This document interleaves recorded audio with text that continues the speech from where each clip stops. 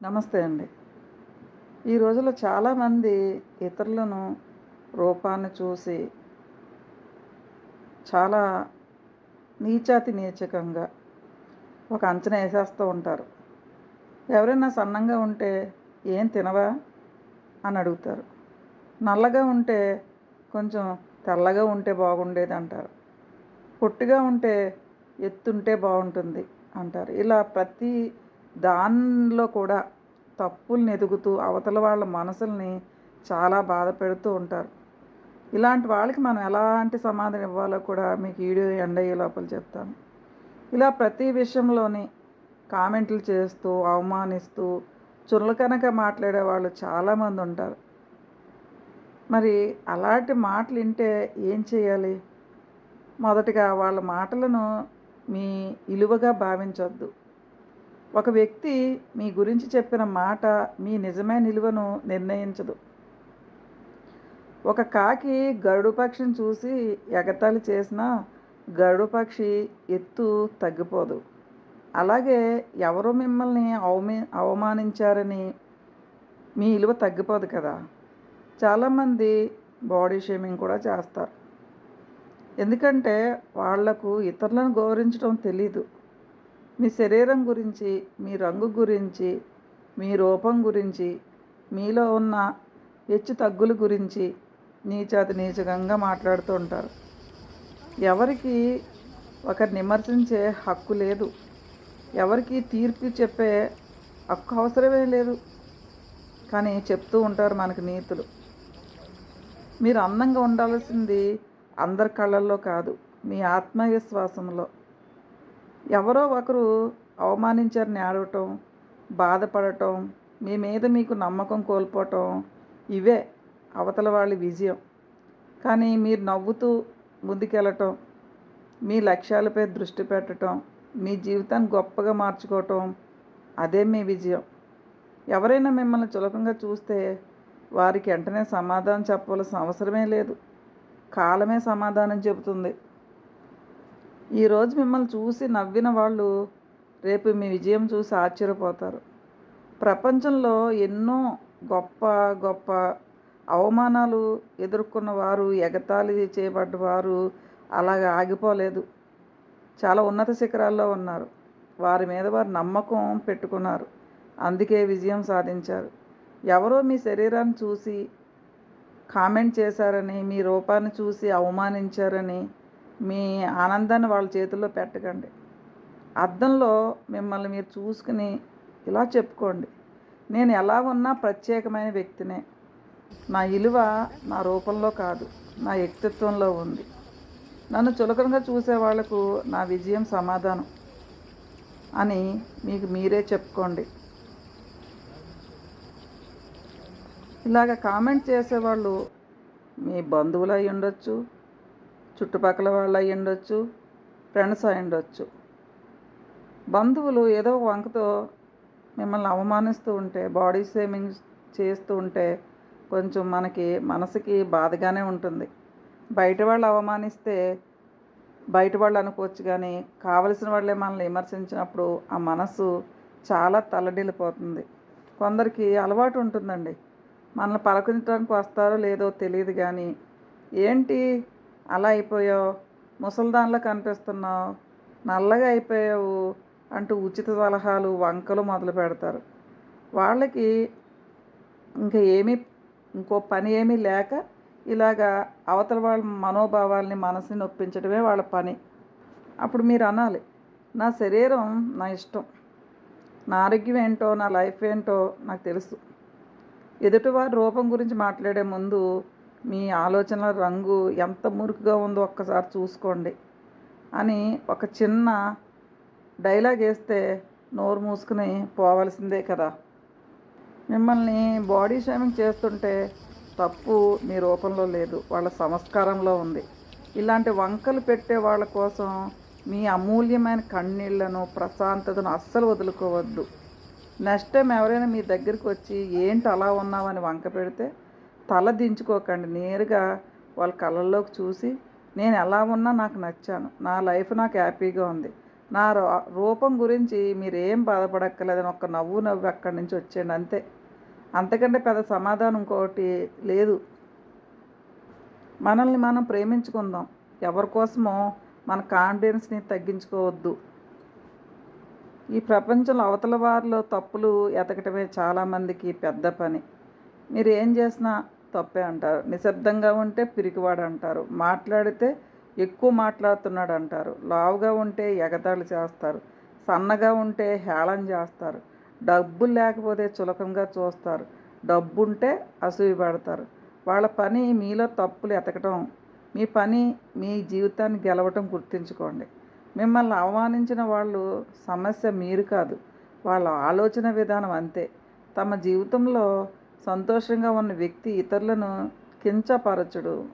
తన మీద తనకు నమ్మకం ఉన్న వ్యక్తి ఇతరులను అవమానించడు. తనలో ఖాళీగా ఉన్నవాడు, తనలో అసక్తి ఉన్నవాడు ఇతరులను చిన్నచూపు చూస్తూ ఆనందపడతాడు. అందుకే ఎవరో మీ శరీరాన్ని చూసి నవ్వితే పడకండి. మీ రూపాన్ని చూసి ఎగతాళి చేస్తే మనసుని పాడు చేసుకోకండి. మీ పరిస్థితిని చూసి అవమానిస్తే నిరాశ చెందకండి. ఎందుకంటే వాళ్ళు చూసేది మీ రూపం మాత్రమే. మీరు చూపించాల్సింది మీ విలువ. ఈరోజు మిమ్మల్ని చూసి నవ్విన వాళ్ళు రేపు మీ విజయం చూసి ఆశ్చర్యపడాలి. ఈరోజు మిమ్మల్ని చులకంగా చూసిన వాళ్ళు రేపు మీ ముందు తల వంచాలి. అది కోపంతో కాదు, గొడవతో కాదు. మీ కష్టం, మీ పట్టుదల, మీ విజయం వల్ల జరగాలి. కుక్క మొరిగిందని సింహం దారి మార్చుకోదు. అలాగే ఎవరో విమర్శించారని, ఎవరో అవమానించారని మీ లక్ష్యాన్ని మార్చుకోకండి. మీ ప్రయాణాన్ని ఆపకండి. మిమ్మల్ని ఎగతాళి చేసిన ప్రతి మాటను బలంగా మార్చుకోండి. మిమ్మల్ని అవమానించిన ప్రతి వ్యక్తిని మీ విజయానికి మెట్టుగా మార్చుకోండి. ఎందుకంటే మాటలతో గెలిచేవాళ్ళు చాలామంది ఉంటారు, కానీ విజయంతో సమాధానం చెప్పే వాళ్ళే చరిత్రను సృష్టిస్తారు. అందుకే నిశ్శబ్దంగా కష్టపడండి. ఆత్మవిశ్వాసంతో ముందుకు వెళ్ళండి. మీ విలువను మీరు నమ్మండి. ఒకరోజు మిమ్మల్ని అవమానించిన వాళ్ళే ఇంత గొప్ప స్థాయికి ఎలా వెళ్ళాడని ఆశ్చర్యపోయే రోజు వస్తుంది. వాళ్ళ అవమానం తాత్కాలికం, మీ విజయం శాశ్వతం అవుతుంది. ఇలా విమర్శించే వాళ్ళను చూసి మనకి మనసు తరుక్కుపోతూ ఉంటుంది. సమాజం ఇంత దిగజారిపోయిందా అనిపిస్తుంది. భగవంతుడి సృష్టిలో అందరూ ఒకేలా పుట్టారండి. కొందరికి పుట్టుకతో ఏదైనా ప్రమాదం వల్ల శరీరంలో కొన్ని లోపాలు రావచ్చు. వాళ్ళు ఆ లోపాన్ని అధిగమించి ఎంతో పోరాటం చేస్తూ జీవితంలో ముందుకు సాగుతూ ఉంటారు. కానీ మన చుట్టూ ఉండే కొందరు మనుషులు ఆ వైకల్యం చూసి జాలి చూపించకపోయినా పర్వాలేదు, కానీ దాన్నే ఒక వంకగా పెట్టుకుని నవ్వుతారు, ఎటకారం చేస్తారు, చులకనగా మాట్లాడుతుంటారు. అది అసలు ఎదుటివారి శారీరక లోపాన్ని చూసి నవ్వే హక్కు వాళ్ళకి ఎవరిచ్చారు? ఇలాంటి వాళ్లకు మనం ఎందుకు భయపడాలి? ఎందుకు బాధపడాలి? ఈ రోజుల్లో ఇలాంటి వాళ్ళు హేళన చేస్తూ ఉంటే, వైకల్యం పేరుతో హేళన చేస్తుంది. అక్కడ లోపం మీ శరీరంలో లేదు, వాళ్ళ ఆలోచనలో ఉంది, వాళ్ళ కన్నవాళ్ళు ఇచ్చిన సంస్కారంలో ఉంది. మనిషి విలువ రూపంలో లేదు. ఒక మనిషి గొప్పతనం వాళ్ళు నడిచే నడకల్లోనో వాళ్ళ చేతల్లోనూ ఉండదు, వాళ్ళ వ్యక్తిత్వంలో ఉంటుంది. ఎదుటివారి బలహీనతను చూసి నవ్వేవాడు అసలు మనిషే కాదు, వాడు మానసిక రోగి. ఒక రోగి అన్న మాటలకి మనం ఎందుకు బాధపడి మన ఆరోగ్యాన్ని పాడు చేసుకోవాలి? చరిత్రను తిరిగే చూడండి. శరీరంలో ఎన్నో లోపాలున్నా ఈ ప్రపంచాన్ని సాధించిన మేధావులు, సైంటిస్టులు, స్పోర్ట్స్ పర్సన్స్ ఎంతోమంది ఉన్నారు. వాళ్ళు సాధించిన దాంట్లో 1% కూడా ఈ కూర్చుని వంకలు పెట్టేవాళ్ళు సాధించలేదు. ఇలా మీ శరీరంలో ఉన్న లోపాలను కానీ ఇతరితర వైఫల్యాలను కానీ వాళ్ళు మీ వైకల్యం గురించి తక్కువ చేసి మాట్లాడుతుంటే తల దించుకోకండి, కన్నీళ్ళు పెట్టుకోకండి. నేరుగా వాళ్ళ కళల్లో చూసి ఈ మాటలు చెప్పండి. మీకు భగవంతుడు అన్నీ పర్ఫెక్ట్గా ఇచ్చాడు కదా, మరి ఎదుటి మనిషిని గౌరవించే కనీసం సంస్కరణ ఇవ్వటం మర్చిపోయాడా? శరీరం బాగుండి ఏం లాభం, బుద్ధి వంకరగా ఉన్నప్పుడు అని అన్నప్పుడు వాళ్ళకి నోట్లోంచి మాట అయితే రాదు. నాకున్న లోపంతో నేను ప్రతిరోజు పోరాడుతూ గెలుస్తున్నాను. నా బతుకు నేను బతుకుతున్నాను. ఎవరి మీద ఆధారపడలేదు. నా వైకల్యాన్ని చూసి నవ్వే మీకంటే నా జీవితాన్ని నేను గౌరవిస్తున్నాను. నన్ను నేను ప్రేమిస్తున్నాను అని భయపడకుండా మీరు వాళ్ళ మొఖం మీదే చెప్పేయాలి. దేవుడు మీకు ఒక లోపం ఇచ్చుండొచ్చు. కానీ దాన్ని అధిగమించి ఒక అద్భుతమైన గుండె ధైర్యాన్ని దేవుడు మీకు ఇచ్చాడు. మిమ్మల్ని మీరు తక్కువ చేసుకోకండి. సమాజంలో ఎవ్వరికీ తల వంచకండి. మీరు అందరిలాగే సమానమైన హక్కులున్న మనుషులు. మీ చదువు, మీ ప్రతిభ, మీ నవ్వు వీటి మీద దృష్టి పెట్టండి. మిమ్మల్ని ఏడిపించాలనుకునే వాళ్ళ ముందు నవ్వుతూ సంతోషంగా బతికి చూపించటమే వాళ్ళకి మీరిచ్చే అతిపెద్ద రివెంజ్. శరీరం వైకల్యం ఉన్న వారందరికీ నా సల్యూట్. మీరు ఎంతోమందికి స్ఫూర్తి. ఇలా శరీర వైఫల్యాలతో ఉన్నవాళ్ళు, గొప్పవాళ్ళు, విజయాలు సాధించిన వాళ్ళు కొంతమంది ఉన్నారు. అరుణిమ సిన్హా కృత్రిమ కాళ్లతో ఎవరెస్ట్ శిఖరాన్ని అధిరోహించిన వీరనారి. 2011 సంవత్సరం కొందరు దొంగలు అరుణిమను నడుస్తున్న రైల్లో నుంచి కిందకి తోసేశారు. పక్క ట్రాక్ మీద వెళ్తున్న మరో రైలు ఆమె కాళ్ళ మీదుగా దూసుకుపోయింది. రాత్రంతే ట్రాక్ మీదే రక్తం మడుగులో పడి ఉంది. ఎలుకలు ఆమె కాళ్ళను కొరుకుతుంటే భరించింది. ఉదయానికి హాస్పిటల్కి చేరిస్తే బతకడం కోసం డాక్టర్లు ఆమె ఒక కాలుని పూర్తిగా తొలగించాల్సి వచ్చింది. ఒక కాలు లేదు, ఇంకో కాలేమో రాడ్లతో ఉంది. ఎవరైనా అయితే జీవితం అంతా అయిపోయింది అనుకుంటారు. కానీ బెడ్ మీద పడుకునే ఆమె ఒక నిర్ణయం తీసుకుంది. ప్రపంచంలో ఎత్తైన ఎవరెస్ట్ శిఖరాన్ని అధిరోహించాలి. అందరూ ఆమె పిచ్చి పట్టిందన్నారు. 2013లో మే 21న కృత్రిమ కాలుతోటి ఎవరెస్ట్ శిఖరం ఎక్కి అక్కడ భారత జాతీయ జెండాను ఎగరేసి ప్రపంచంలో ఈ ఘనత సాధించిన మొదటి వికలాంగ మహిళగా రికార్డు సృష్టించింది. వైకల్యం శరీరానికి ఉంటుంది కానీ మనసుకు కాదని ఆమె నిరూపించింది. రెండో పర్సన్ స్టీఫెన్ హాకింగ్. చక్రాల కుర్చీకే పరిమితం అయిపోయిన గొప్ప మేధావి. కేవలం 21 ఏళ్ల వయసులో ఆయనకు మోటార్ న్యూరాన్ అనే భయంకరమైన వ్యాధి వచ్చింది. కండరాలన్నీ పక్షవాతానికి గురై శరీరం మొత్తం పడిపోయింది. కదలలేదు, కనీసం మాట్లాడలేదు. డాక్టర్లు చెప్పారు ఈయన కేవలం 2 ఏళ్ళు మాత్రమే బ్రతుకుతాడని. కానీ ఆ 2 ఏళ్ల ప్రిడిక్షన్ దాటి ఆయన మరో 55 ఏళ్ళు బతికాడు. శరీరం చచ్చిపడిపోయినా ఆయన మెదడు విశ్వం వైపు పరిగెత్తింది. కంటి కదలికలతో పనిచేసే ఒక ప్రత్యేక కంప్యూటర్ సాయంతో బ్లాక్ హోల్స్, నల్ల బిలాలపై రీసెర్చ్ చేసి ఆధునిక సైన్స్ ప్రపంచాన్ని మార్చేశారు. చక్రాల కుర్చీకే పరిమితమైన ఒక వ్యక్తి విశ్వం పుట్టుక రహస్యాలను ప్రపంచానికే వివరించాడు. అంటే ఆయన సంకల్ప బలం ఎలాంటిదో అర్థం చేసుకోవచ్చు. మూడో వ్యక్తి శ్రీకాంత్ బొల్లా. అంధత్వాన్ని దాటి 100 కోట్ల సామ్రాజ్యాన్ని నిర్మించిన పారిశ్రామికవేత్త. ఆయన చదువుకోవటానికి ఎన్నో అడ్డంకులు పడ్డారు. మన తెలుగు నేల మీద పుట్టిన అద్భుతమైన స్ఫూర్తి శ్రీకాంత్. పుట్టుకతోటి అంధత్వం. ఆయన పుట్టినప్పుడు చుట్టుపక్కల వాళ్ళు ఈ అంధుడితో ఏం ఉపయోగం, చంపేయండి అన్నారు. కానీ తల్లిదండ్రులు కొండంత అండగా నిలిచారు. చదువుకోవడానికి ఎన్నో ఇబ్బందులు పడ్డాడు.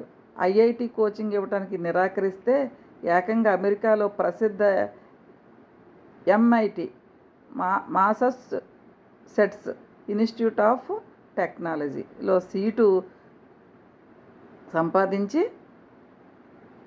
అక్కడ చదివిన మొదటి అంతర్జాతీయ అంధ విద్యార్థిగా నిలిచాడు. చదువుని పూర్తిగా కాగానే అమెరికాలో లగ్జరీ లైఫ్ వదిలేసి ఇండియా వచ్చేసాడు. బొల్లాంట్ ఇండస్ట్రీస్ అనే 100 కోట్ల టర్నోవర్ గల కంపెనీని స్థాపించి అందులో వందలాది మంది వికలాంగులకు ఉపాధి కల్పించాడు. చూపు లేకపోయినా ఎందరి జీవితాల్లో వెలుగు నింపిన మహోన్నత వ్యక్తి ఆయన. 4 సుధా చంద్రన్. మనందరికీ తెలిసిన వ్యక్తే. ఈమె మయూరి సినిమాలో కూడా ఆవిడ మనకి తెరగ్రేటం చేయడం జరిగింది. సుధా చంద్రన్ కాలు కోల్పోయినా నాట్య నాట్య మయూరిగా ఎదిగిన నటి. భారతదేశం గర్వించదగ్గ క్లాసికల్ డ్యాన్సర్ సుధా చంద్రన్. ఒక రోడ్డు ప్రమాదంలో ఆమె కుడికాలుకు తీవ్ర గాయమైంది. డాక్టర్ల నిర్లక్ష్యం వల్ల గ్యాంగ్రీన్ రావడంతో ఆమె కాలును మోకాలు కింది వరకు తీసేయాల్సి వచ్చింది. ఒక నర్తకి కాలు పోవటం అంటే ప్రాణం పోవటంతో సమానం. కానీ ఆమె నాట్యాన్ని వదలలేదు. జైపూర్ ఫుట్ కృత్రిమ కాలు సహాయంతో మళ్ళీ నడక నేర్చుకుంది. ఎన్నో నొప్పులు, రక్తం కారుతున్న భరిస్తూ మళ్ళీ స్టేజ్ ఎక్కి నాట్యం చేసింది. ఆమె నృత్యానికి ప్రపంచం ఫిదా అయ్యి లేచి నిలబడింది, చప్పట్లు కొట్టింది. ఆ తర్వాత గొప్ప నటిగా మారి వందలాది సినిమాలు, సీరియల్స్లో నటించి మెప్పించింది. ఈ విజేతలందరూ కథలు మనకి నేర్పే పాఠం అక్కడే. జీవితంలో ఓడిపోవటానికి 100 కారణాలు ఎతుక్కునే వాళ్ళకు గెలవటానికి ఒక్క బలమైన సంకల్పం ఉంటే చాలని వీరందరూ నిరూపించారు. సమస్యలు శరీరానికా లేక పరిస్థితులకా అనేది ముఖ్యం కాదు. మన మనసులో ఉండే గెలుపు కాంక్ష ఎంత బలంగా ఉందనే ముఖ్యం. మనం నమ్మిన రోజు ఏ వైకల్యము మన విజయాన్ని అడ్డు గోడ కాలేదు. మన శరీరంలో మన ప్రమేయం లేకుండా వచ్చిన రంగును కానీ, హైట్ తక్కువ కానీ, హైట్ ఎక్కువ కానీ, పళ్ళు ఎత్తు కానీ, లేకపోతే నల్లటి శరీరం కానీ, కాళ్ళు లేకపోవటం, చేతులు లేకపోవటం, రకరకాల ప్రాబ్లమ్స్తో భగవంతుడు మనకి ఈ భూమి మీదకి ఇచ్చినప్పుడు అది అలా దేవుడు ఇచ్చిన వైకల్యాన్ని మనల్ని చూసి నవ్వే మూర్ఖులు, దుర్మార్గులు వాళ్ళకి మనస్సాక్షి అనేదే లేదనే చెప్పాలి. అంటే దేవుడిచ్చిన వైకల్యాన్ని చూసి మనల్ని గుచ్చి చంపుతున్నారంటే వాళ్ళు అసలైన వైకల్యం ఉన్నవాళ్ళు. కాబట్టి అలాగా నీచంగా ఒకళ్ళ మనసుని హర్ట్ చేసి బాధపెట్టి మూర్ఖులకి దూరంగా ఉండాలి. అలాంటి వాళ్ళు మాట్లాడే మాటలు పట్టించుకోకూడదు. మనకి శరీరంలో ఏదో ఒక వైకల్యము ఉంటే దాన్ని దాటుకుని ముందుకెళ్ళాలనే పట్టుదల మన చేతిలో ఉండాలి. కానీ వైకల్యంతో ఉండే వాళ్ళందరికీ కూడా వాళ్ళు సాధించే విజయాలు చాలా పెద్దవిగానే ఉంటాయి. ఇలాగ ఎంతోమంది గొప్పవాళ్ళు, వైకల్యాలతో ఉన్నవాళ్ళు రకరకాల ఇంకా చాలామంది స్టోరీస్ ఉన్నాయి. వీడియో లెంత్ ఎక్కువైపోతుందని ఒక 3-4 స్టోరీస్ చెప్పి నేను ఉన్నాను. కానీ ఇంకా చాలామంది మన చుట్టుపక్కల ఉన్నవాళ్ళు ఏదో ఒక వైకల్యం ఉంటుంది, కానీ వాళ్ళ చేతిలో చాలా గొప్ప ఆర్ట్ ఉంటుంది. కాళ్ళు చేతులు లేని వాళ్ళని చూస్తాం, రకరకాల పరిస్థితులు ఉన్న వాళ్ళని చూస్తాం. కానీ వాళ్ళని విమర్శిస్తున్నారంటే భగవంతుడు ఎవరినైతే వైకల్యంతో మనం విమర్శిస్తామో భగవంతుడు తప్పనిసరిగా మనకి జీవితంలో గుణపాఠం చెప్తూ ఉంటాడు. నేను అలాగే వైకల్యం ఉన్న వ్యక్తిని కొందరు విమర్శిస్తుంటే ఒక వ్యక్తి నాకు బాగా తెలిసిన వ్యక్తి వైకల్యంతో ఉన్న వ్యక్తిని విమర్శించి ప్రవర్తించిన దానికి తన జీవితంలో తన కుటుంబ సభ్యులకి అవతల వాళ్ళ వైకల్యం వంకపెట్టి కామెంట్ చేసిన వ్యక్తికే తనకి పుట్టిన బిడ్డ వైకల్యంతో పుట్టింది. ఎగ్జాంపుల్ నేను లైవ్లో ఇప్పటికీ చూస్తున్నాను. కాబట్టి ఒకళ్ళని కావాలని చెప్పి నోరు ఉంది కదా విమర్శిస్తే ఆ వైకల్యం మన ఇంట్లో మన పిల్లలకో మన కుటుంబ సభ్యులు ఎవరికైనా వస్తే దాని పెయిన్ ఎలా ఉంటుందో వాళ్ళకి అర్థమవుద్ది. కానీ ఏదేమైనా మీరు స్ట్రాంగ్గా ఉండాలి. అవతల వాళ్ళు చిన్న విషయాలకి పెద్ద విషయాలు కామెంట్ చేస్తే అధైర్యపడకుండా ముందుకు వెళ్ళిపోవాలని కోరుకుంటున్నాను.